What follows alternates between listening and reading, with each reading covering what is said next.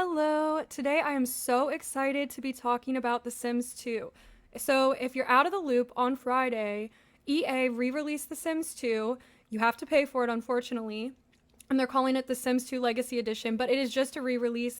And I wanted to talk about my thoughts on the differences between The Sims 2, Sims 3, Sims 4 regarding their personality mechanics. And even as someone that primarily plays The Sims 3, spoiler alert, I think that The Sims 2 did personality much better. And with that intro out of the way, let's get into it.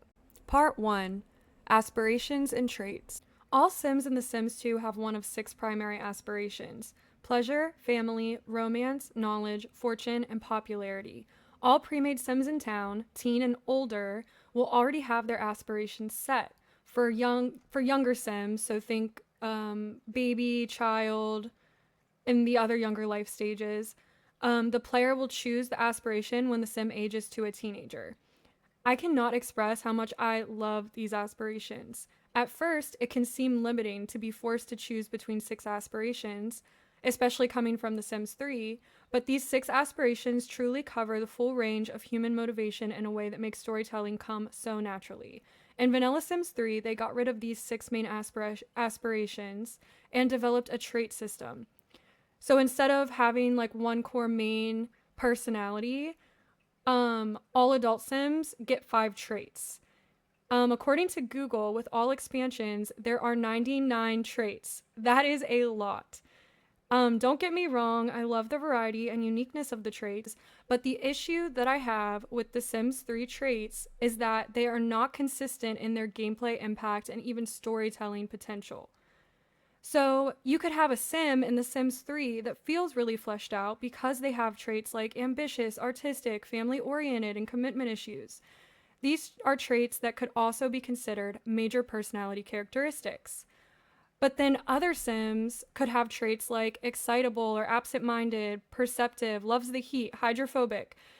These are traits that, yeah, they contribute to a unique Sim, but it doesn't help me determine the Sim's core personality. What motivates them in life? What hobbies would they pursue? Would they want a relationship? And so on. You can argue that this is why they allow for 5 traits, so you can have a variety of more impactful traits with lesser impactful traits like perceptive. But if you're someone that likes to randomize the traits, play with pre-made Sims, this isn't always viable, and it also leads to you choosing the more impactful traits, such as family-oriented and commitment issues, over and over again to even the Sim out instead of utilizing all 99 traits. The Sims 4 copied the Sims 3 system, but took it a step backwards even more so, because now instead of the 5 traits from The Sims 3, adult Sims in the vanilla game will get 3 traits. But yeah, all in all, I do think that The Sims 2 is going to win in this category specifically. Part 2: Lifetime Wants. So each Sim in The Sims 2 will have a lifetime want. This is going to be generated by the game, and it's going to be based on the Sim's primary aspiration. In the vanilla game, you can, as the player, cannot change this. So when I played on Friday, I started off with the Patel family out of Belladonna Cove, and the family consists of Ramir Patel, who is married to Anna Patel, and they are expecting their first child, so she is pregnant when you load into their family. Ramir, his primary aspiration is fortune, and Anna's is family. And then their lifetime wants are Ramir wants to reach the top of the chef career, and Anna wants to have 6 grandchildren. So Ramir is very career focused, he wants to make a lot of money, and Anna is all about having a big family. When they had their first child, based on those personalities, I had Anna quit her job to care for the new baby, and Ramir continued working. This decision to have someone quit working was not necessarily what I wanted to do, but it was based on the fact that I could not keep their needs up, care for the baby, and have both Sims focus on their careers because the difficulty in The Sims 2 is that much higher. So my point is, from that little spiel, is that it was really easy to make the decision of who would quit between the two because their life motivations were so clear. The Sims 2 lifetime wants are comparable to The Sims 3 lifetime wishes. In The Sims 3, upon aging to a young adult, the player will get the option to choose their lifetime wish. So instead of it being generated by the game, the player gets to choose themselves. Um, the thing about The Sims 3, even though the game is not choosing it, the game will generate a suggested list of lifetime wishes for you to pick from based on The Sims 5 traits. And then you, as the player, can choose one of these lifetime wishes from the list that is suggested, or you can go into the full list and pick whatever you want. So you have complete player choice there. I think that both games implemented this well, and there are pros and cons to each. The Sims 3 offers more player choice as well as a much larger number of lifetime wishes to choose from. The Sims 2 lifetime wants, however, much like the comparison of traits, represent more meaningful lifetime goals to me than The Sims 3, but they are harder to achieve. So I'll throw up some of the wishes and wants here so you can just have a look and compare some of them yourself just to get the vibe. But I really think in this case, which one is better is going to come down to your personal preference. But for me personally, I prefer The Sims 2 because I want the game to give me the lifetime wish. I feel like it's more fun for storytelling and I prefer a challenge. I also really enjoy family gameplay and therefore appreciate the greater number of family related lifetime wishes available in The Sims 2 versus The Sims 3. The Sims 4 falls flat in this category to me completely. So the Sims 4 version of the lifetime wish want would be the Sims 4 aspiration. So I know this is all getting a little confusing because they're all using different terms, but hopefully, or even the same term for different things. So I hope I'm explaining this okay. But for the Sims 4, like the Sims 3, you choose your Sims aspiration, but there's no suggested aspiration based on the Sims traits or personality. So you're basically just shown all of the aspirations and you just go in and pick one. I also will point out that with The Sims 4 having 2 less traits in the vanilla game, so only 3 traits instead of 5, from a storytelling perspective as the player, to me at least, this makes it even harder to just choose an aspiration from all of them in the list. Like, I don't know what my sim would want at that point in their life usually, unless I have a very specific story already going. So I usually end up just randomizing the aspiration, and sometimes this turns into really fun gameplay and I'm able to get a story going, but a lot of times it just falls flat and I get bored. So the aspirations in The Sims 4, they're also a series of small goals instead of one large goal like in The Sims 2 or The Sims 3. This can be enjoyable for aspirations such as Super Parent that have goals such as spend $1,000 on kid stuff, achieve level 10 of parenting, and have a child with 3 positive character value traits. And the reason I say that that's an example of a fun aspiration is because it takes a long time to complete. And also, these are all things that are meaningful to being a parent, and these different goals like delve into different aspects of the gameplay and stuff, and I think it is a good aspiration. But there's a lot of other aspirations in The Sims 4 that are very shallow in comparison, and they really just feel like gameplay tutorials. A good example of this would be the Mount Kohlrabi Sightseer aspiration, which includes goals of taking a selfie with Mount Kohlrabi mascot, swimming for 1 hour in the river, and soaking for a long time in a hot spring.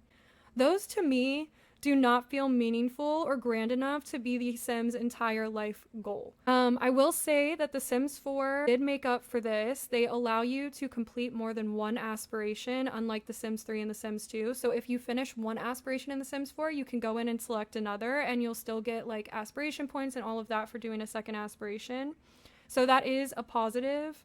The Sims 4 also has child and teen specific aspirations, which I will throw some of those up on the screen so you can see what some examples of what those are. And I do love the idea of all of this. I just dislike the execution. So again, I find these aspirations just too shallow and repetitive to be any real fun. And all in all, I still find myself preferring both The Sims 2 and The Sims 3 over The Sims 4 in this category. Part 3. Wants, whims, and wishes. Wants in The Sims 2 are very self-explanatory. They are just things that your sim wants to do, and they regenerate or re-roll each morning. So you'll get a list of 4 wants in the morning, and then your sim can either fulfill them or not fulfill them, and then the next day they'll just re-roll or regenerate. The wants are based on the sim's aspiration, personality, and their recent actions, and probably some more things that I don't know about, but they're very tied into the gameplay. And if we're being honest, The Sims 2 wants can get a little repetitive. And fulfilling wants increases the Sims aspiration meter. Depending on the difficulty or life impact, the want will be worth a specific number of aspiration points that increase the Sims aspiration meter accordingly. Increasing the aspiration meter allows your Sims to accumulate aspiration points that can be used to purchase reward items such as a money tree or smart milk. And aspiration benefit points are used to unlock levels of the aspiration reward tree. So the Sims 3 version of wants are wishes. This is where Sims 3 really shines, especially with the large number of traits that they have. So Sims 3 wishes will be based on the traits, the lifetime wish, the Sims' recent actions, the environment, and since there are so many different traits, you will see a large variety of different wishes across different Sims in comparison to The Sims 2. The Sims 2 wishes I'm just going to refer to all of them once at this point, so I'm just going to say Sims 2 wants, Sims 3 wants, Sims 4 wants. So the wishes in The Sims 3 can also be linked to the environment, like I said, but since you're playing in an open world, this leads to a lot of great moments and gameplay opportunities. An example would be it's summer and the summer festival started, so your sim gets a want to go to the summer festival. This can help make up for the lack of storytelling capabilities from the traits alone. Fulfilling wishes in The Sims 3 also allows the Sims to gain points, and these can be used on rewards just like The Sims 2. However, The Sims 3 does not have an aspiration reward tree. Instead, all rewards are purchased from this long master list. So there's no tree, but it has a lot of the same rewards as The Sims 2 and more. So now moving on to talking about The Sims 4. I seriously have no words for what I'm about to show you. So I went to open up The Sims 4 and record the game, and I had specific examples in my head that I wanted to go over to illustrate why The Sims 4 whims are bad. I didn't have to put any thought into that because the game is going to show you why it's so bad itself. You have to see how ridiculous this is. So as you see, I started off with Dennis. This is the Spencer Kim Lewis family, and he has 2 whims that look the same. Both of these whims are related to listening to a specific radio station, okay? So I'm like, those are pretty boring. Let's see what Vivian's are. So Vivian had some pretty standard Sims 4 whims, but still not that interesting. It was like to chat and buy some stuff. Well, you'll see now we're on Alice, and Alice also had radio-related whims, and then Vivian fulfilled one of her wants or whims or whatever they're called and got a radio-related whim.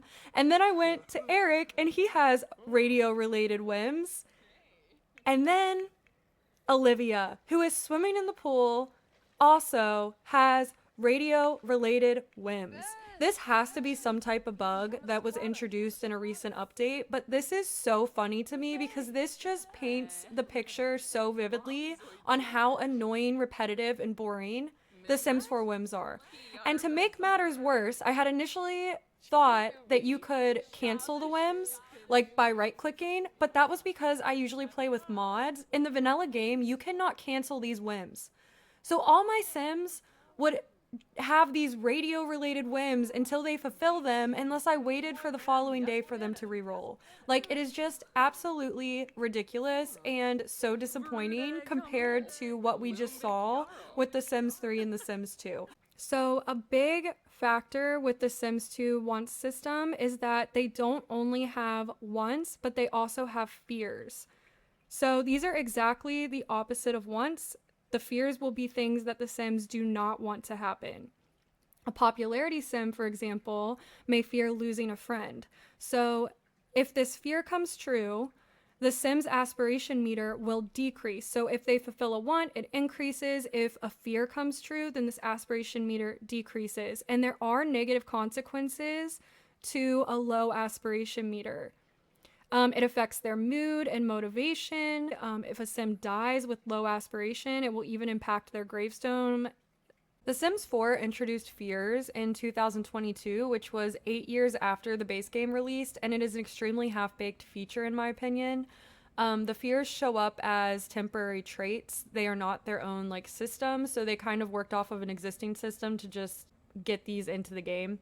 But basically, when there's a specific trigger, you can get a fear. So um, I guess the triggers are all listed right here. Some of them are good. Like, it totally makes sense to be scared of cow plants after you've been swallowed by a cow plant. That one's pretty funny. But then there's ones that are super annoying, and your sim will get them all the time. So, like, the dead end job one is triggered by not gaining a promotion in a long time. If you're playing on a long lifespan and you have mods that make your careers more difficult, like, you will get this fear over and over and over again. And to add insult to injury, these fears are only based on triggers. They don't take your Sim's personality into account, like The Sims 2. They don't take your aspiration into account. So even Sims that are like lazy or have some type of trait that would indicate that they don't care about a career necessarily, they will still get the dead end job fear all the time if the trigger is met. So that is my gripe with these. And yeah, I mean, I guess they added quite a few, but I always end up just using mods to cancel them whenever they pop up because they're just so annoying. The only thing they do is give you like a bad mood, and it's not fun. It's not a fun gameplay mechanic like The Sims 2. All in all, I would give this section as a win to The Sims 2. I would have given it to The Sims 3 if they had included fears or some negative consequences related to wishes and aspirations, but they did not. And negative consequences to me are so important for realism, and they really break up the monotony of gameplay. And let's be honest, no one has a perfect life, and a perfect life wouldn't be fun anyways. So The Sims 2 takes the win again. Part 4, personality points. So another mechanic of The Sims 2 is the personality point system. So all Sims in The Sims 2 will have 0 to 10 points in the following categories: niceness, neatness, outgoingness, activeness, and playfulness. Having fewer points in niceness, for example, would mean that you have a Sim that's more grouchy and they're harder to get along with. The Sims' personality points are initially based on their zodiac signs, but the player can change the points if they want. The personality points affect gameplay through your Sim's autonomous actions, social interactions, and relationships. For example, if a Sim is neat, they will autonomously clean and be disgusted by mess. Sims will typically get along better with other Sims with similar personalities, and The Sims 2 has an attraction system. I'm not going to get into the attraction system in this video, but just know that both personality points and their zodiac signs are two separate contributions to attraction. And then the system, this personality point system, was not brought to The Sims 3 or The Sims 4.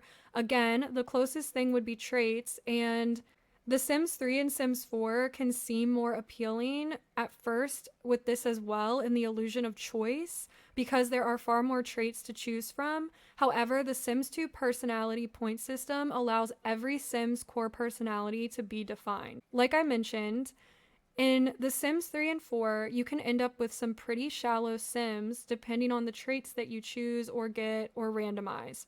In The Sims 2, every Sim will have a rating in all major personality components. In real life, most people talk about personality in the sense of how the person socializes with others. Are they extroverted? Are they introverted? Are they mean? Are they nice? Every Sim in The Sims 2 will be fleshed out in these areas and just through the gameplay mechanics alone. But not every Sims in The Sims 3 or Sims 4 will be fleshed out in the same way. Part 5, Hobbies. So in The Sims 2, there is a hobby system.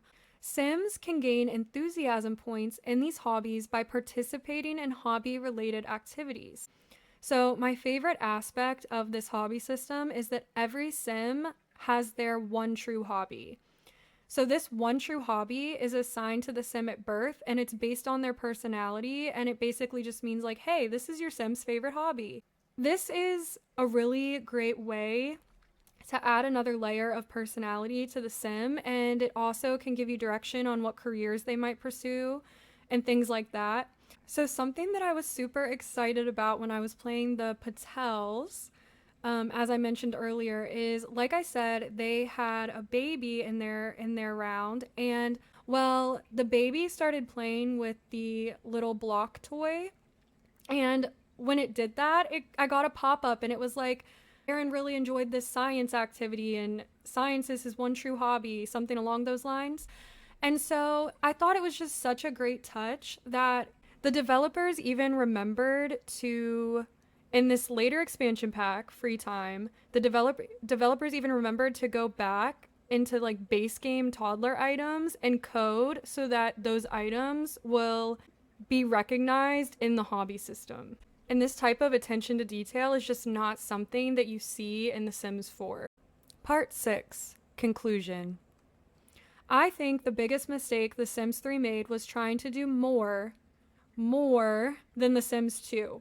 To appear better, they created more traits, more aspirations, more choice. But in doing so, they underestimated the value of the previous systems. For example, replacing personality points, hobbies, and primary secondary aspirations with traits unintentionally led to Sims with less depth, even though I think they were trying to do the opposite. So, in my opinion, they could have simply copy and pasted the Sims 2 personality mechanics and maybe just added some quality of life updates in The Sims 3. But I don't think they needed to reinvent the wheel the way that they did.